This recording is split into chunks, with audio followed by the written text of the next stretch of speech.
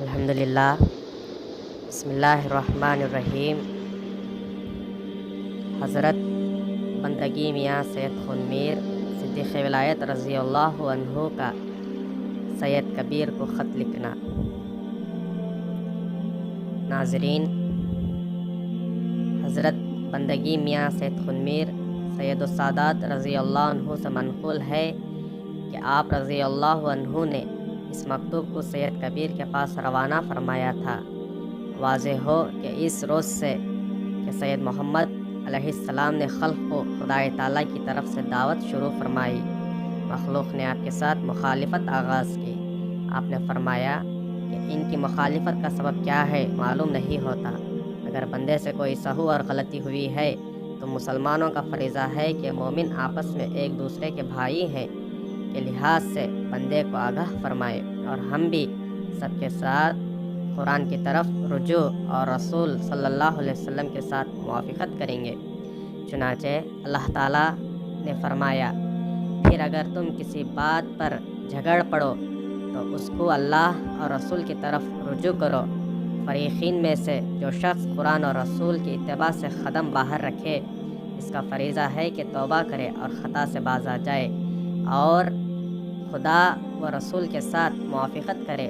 اگر خدا و رسول کی مخالفت سے باز نہیں آئے گا اور ڈٹا رہے گا تو ویسا شخص واجب القتل ہے۔ اور کئی سال سے سید محمد مہدی موعود علیہ السلام اور آپ کے مخلدین یہ فریاد کرتے ہیں کہ تمام مسلمانوں میں سے جس پر ہمارا قصور اور نقصان عمل و اعتقاد ظاہر ہوئے اور انصاف کی راہ اور علمی حجت سے ہم کو باز نہ رکھے تو وہ اللہ کے پاس ماخوذ ہوگا، لیکن کسی نے علمی حجت سے ہماری نمائش نہیں کی بلکہ تعلق و تسلط اور سلطنت کی بنا پر بدعت اور ضلالت کا حکم ہم پر کیا۔ اب ہم مظلوم ہو چکے۔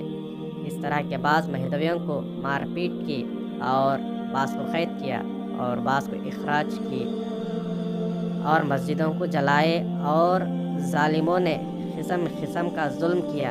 چنانچہ قرآن مجید کی آیت میں مذکور ہے کہ اگر بعض لوگ بعضوں کے ذریعے سے اللہ کا دفاع کرنا نہ ہو تو گرا دیے جاتے۔ سو میں گرجے، عبادات خانے اور مساجدیں جن میں اللہ کا نام کثرت سے لیا جاتا ہے۔ اب ہم پر لازم ہو گیا کہ خدا کے دین کے لیے جان بازی کریں تاکہ خدا تعالیٰ ہماری مدد کرے۔